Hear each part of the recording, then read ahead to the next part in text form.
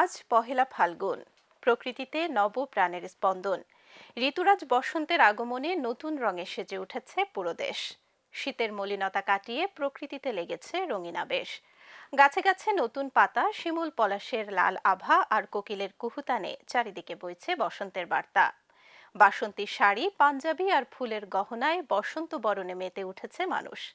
ভালোবাসা দিবসও একই দিনে হওয়ায় যোগ হয়েছে নতুন মাত্রা।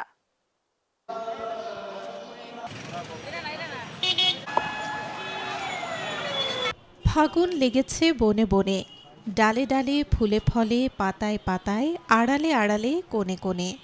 আজ পহেলা ফাল্গুন, বসন্তের প্রথম দিন। মাঘের শেষের শীতল ছোঁয়া এখনও টিকে থাকলেও আজ সকালের সূর্যের সঙ্গে সঙ্গে তার বিদায় স্পষ্ট।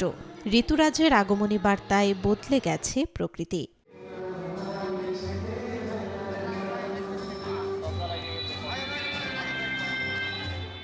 ইট কাঠ লোহার ব্যস্ত নগরী ঢাকা আজ যেন নতুন রঙে সেজেছে। ধূসর রাজপথে নেমেছে বাসন্তী ঢেউ।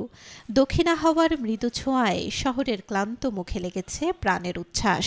পথের প্রান্তে যে আধমরা শিমুল গাছটি সারা বছর নিঃশব্দে অবহেলায় দাঁড়িয়েছিল, সেটিই এখন লালে লাল হয়ে দূর থেকেই পথচারীর দৃষ্টি কাড়ছে। ফার্স্ট অফ অল হচ্ছে এটা আমাদের পহেলা ফাল্গুন। আজকে এটা আমাদের বাংলাদেশের একটা ঐতিহ্য, এটা আমাদের একটা উৎসব। সো এই দিনে হচ্ছে সাজুগুজু করে বের হতেই ভালো লাগে। আমি আসলে এই দিনটাতে সেলিব্রেট করতেই বের হয়েছি, সুন্দর করে সাজুগুজু করে বের হতেই ভালো লাগে। তরুণীদের শাড়িতে ফুটে উঠেছে হলুদ, কমলা আর কাঁচা রঙের মেলবন্ধন।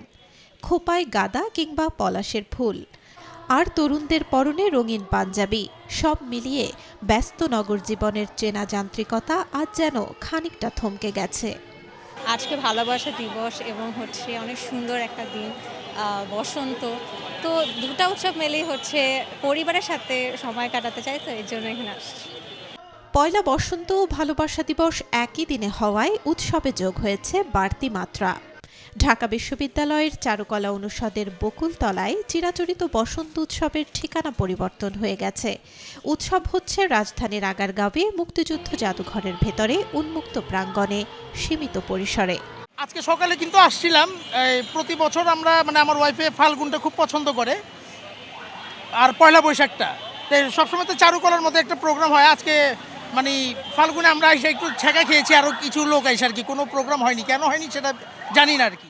আজকের এই সময়ে জলবায়ু পরিবর্তনের অভিঘাতে যখন ঋতুচক্রই বিপর্যস্ত, তখন বসন্তের চিরচেনা রূপ ধরে রাখা বড় চ্যালেঞ্জ। বন উজাড় আর ক্রমবর্ধমান দালান কোঠার ভিড়ে শিমুল পলাশ ক্রমেই কোণঠাসা। তবু ঋতুরাজ প্রতিবছর ফিরে আসে তার নিজস্ব মহিমায়, মনে করিয়ে দিতে শীতের রিক্ততার পর নবজাগরণ অনিবার্য। প্রকৃতির এই চক্রই আমাদের আশাবাদী করে তোলে।